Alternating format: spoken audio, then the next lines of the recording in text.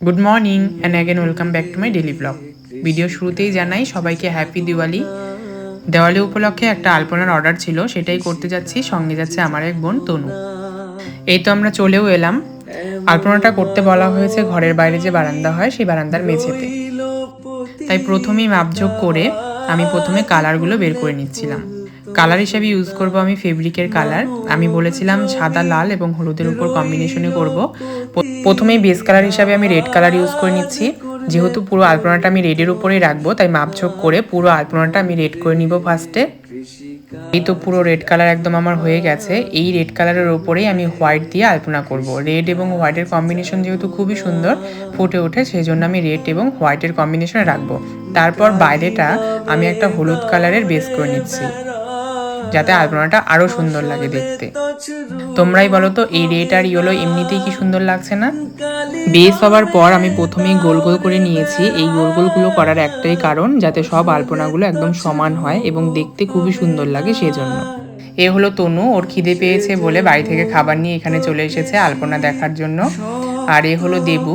দেবু আমার সঙ্গে base colour করতে হেল্প করেছে, তনুও করেছে। তারপরে ও খিদে লাগায় ও বাড়িতে গিয়ে খাবার নিয়ে চলে এসেছে এখানে।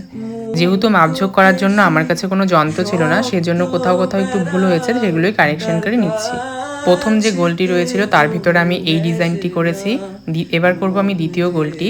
দ্বিতীয় গোলটির জন্য ফার্স্ট আমি রাউন্ডটা করে নিচ্ছি হোয়াইট কালার ফেব্রিক দিয়ে। সেই রাউন্ডের ভিতরে আমি কিছু কলকা মোটিভ এবং পাতা এঁকে রাউন্ডটি কমপ্লিট করেছি। দ্বিতীয় যে রাউন্ডটি রয়েছে সেটাতে ফার্স্ট আমি এস শেপগুলো এঁকে নিয়েছি। তারপর তার ভিতরে কলকাগুলো করে আমি তৃতীয় রাউন্ডটি এবং চতুর্থ রাউন্ডটিও কমপ্লিট করে নিয়েছি। জানি না কদিন থেকে কি হয়েছে, কোনো কিছু করতেই ভালো লাগে না, না খেতে, না কোথাও যেতে, না কোনো কিছু কাজ করতে। অনেকে বলে কাজ করলে নাকি মন ভালো থাকে। আমার মন ভালো না থাকলে আমি কোনো কিছু করেই শান্তি পাই না।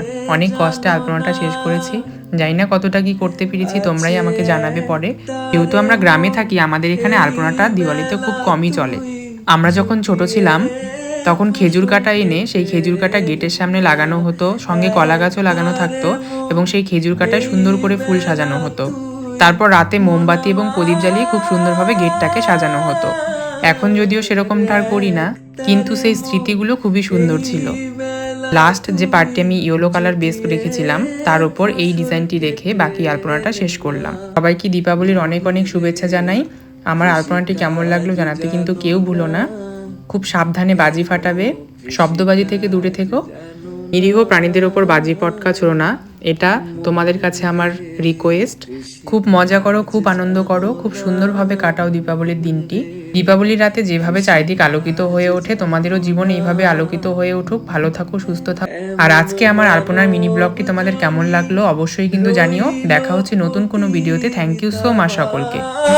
করলে ফুল তো সোনা মানব জমিন রইল পতিতাবাদ করলে